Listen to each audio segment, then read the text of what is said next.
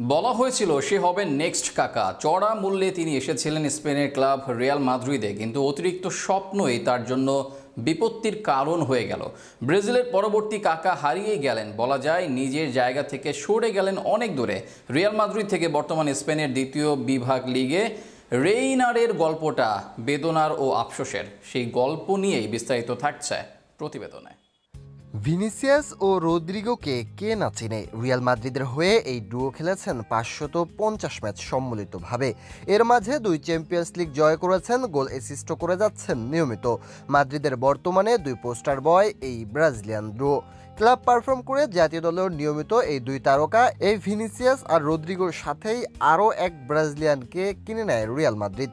ভিনিকে Real Madrid কিনে 40 million euro দিয়ে, আর তার সাথে রেইনারকে নিয়ে 35 মিলিয়ন ইউরো দিয়ে, অর্থাৎ ভিনিসিয়াসের মতোই যে প্রত্যাশা সমান ছিল এই খেলোয়াড়কে নিয়ে তা বলাই যায়।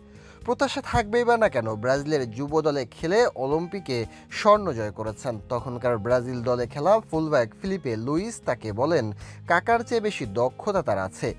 লোকমুখে তখন পরবর্তী কাকা নামেও খ্যাতি পান তিনি, যে কারণে রিয়াল মাদ্রিদ তাকে কিনে নেয় চড়া মূল্যে। কিন্তু এরপর কি জুটেছে রেইনারের কপালে?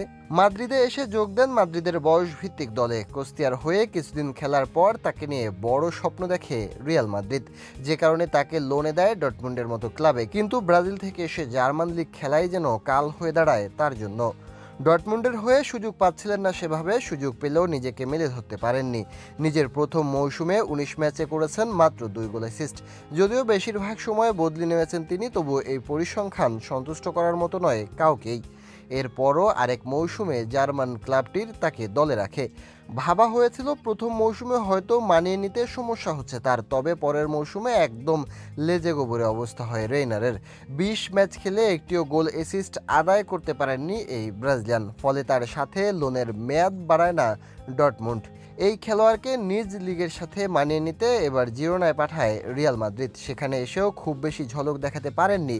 পুরো মৌসুমে 18 ম্যাচ খেলে করেন 3 গোল অ্যাসিস্ট। ফলে জিরোনো মৌসুম শেষ করে তার সাথে লোন দীর্ঘায়িত করে না। এমন সময় ভাবা হচ্ছিল ইতালিয়ান লিগ হবে রেইনারের জন্য মানানসই। লোনে দেওয়া হয় ইতালিয়ান লিগের ক্লাব ফ্রোসাইনে। তবে তার থেকে আর্জেন্টিনার মাতিয়াস সোলেরা নিজেদের প্রমাণ করে গেল রেইনার এবারও হন ব্যর্থ। মৌসুমে 5 গোল অ্যাসিস্ট করেন এবার। আগের চেয়ে উন্নতি হলো, যা রিয়াল মাদ্রিদে খেলার জন্য মোটেও মানানসই না।